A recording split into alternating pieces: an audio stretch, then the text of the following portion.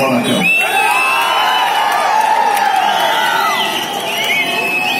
இங்கே எங்கள் இயக்கத்தைச் சேர்ந்தவர் கணேசன் அவர்கள் காலமான சோகத்தை தான் இங்கே பகிர்ந்து கொண்டோம்.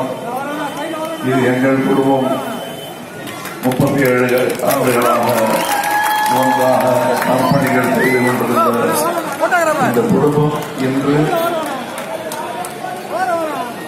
அகன்று விருந்து உங்கள் தொண்டர்களாக தமிழகத்திற்கே சேவை செய்யும் தொண்டர்களாக மாறியிருக்கிறார்.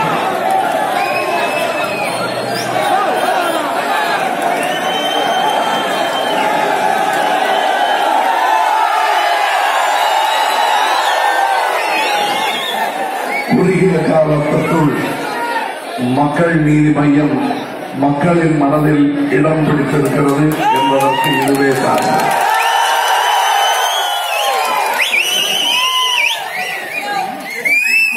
உங்களுக்கு சேவை செய்ய வேண்டும், உங்களுடன் கலந்து புதிய தமிழகத்தை உருவாக்க வேண்டும் என்ற எங்கள் எண்ணத்தில் உதித்ததுதான் இந்த மக்கள் நீதி மையம். உங்களிடத்தில் ஒரு வேண்டுகோள், மக்கள் நீதி மையம் உங்களுக்கு ஏற்கனவே நினைவுறுத்தி இருக்கிறது, மீண்டும் நினைவுறுத்துகிறேன். உங்கள் கிராம சபைகளில், உங்கள் கிராமத்தைச் சேர்ந்த கிராம சபைகளில் கண்டிப்பாக மக்கள் நீதிமன்றம் எடுக்க வேண்டும். நீங்கள் மக்கள் நீதிமன்றம் கட்சியில் இன்னும் சேரவில்லை என்றாலும் கூட உங்கள் கிராம சபைகளில் நீங்கள் பங்கெடுக்க வேண்டும். அது தமிழ்நாட்டின் பலம் என்பதை நீங்கள் புரிந்து கொள்ள வேண்டும். உங்களுக்கு பல உரிமைகள் இருக்கின்றன, அவைகளை யாரும் உங்களுக்கு கொடுக்க வேண்டாம், நீங்களே கேட்டு எடுக்க. அதற்கான சட்டம் உங்கள் கையில் இருக்கிறது, அதை உணர்த்த வேண்டியது மக்கள் நீதி மையத்தின் கடமைகளில் ஒன்று.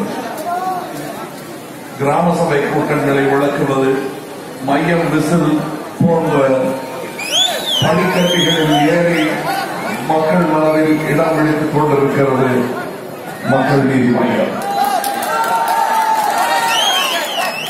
இங்கே இத்தனை வெயிலிலும் எனக்காக காத்துக் கொண்டிருக்கிற உங்களுக்கு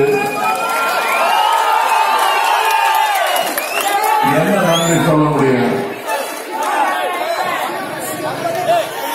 நன்றி சொல்றதுக்கு பதிலா நான் என்ன செய்யணுமோ அதை செய்யறேன். அது என் கடமை, அதை நான் செய்வேன்.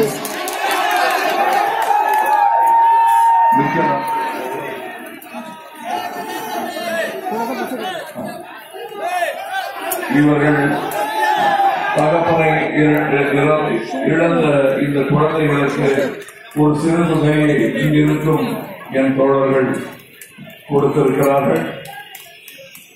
சென்னைக்கு சென்ற பிறகு இவர்கள் குடும்பம் எங்கள் குடும்பமாகும்.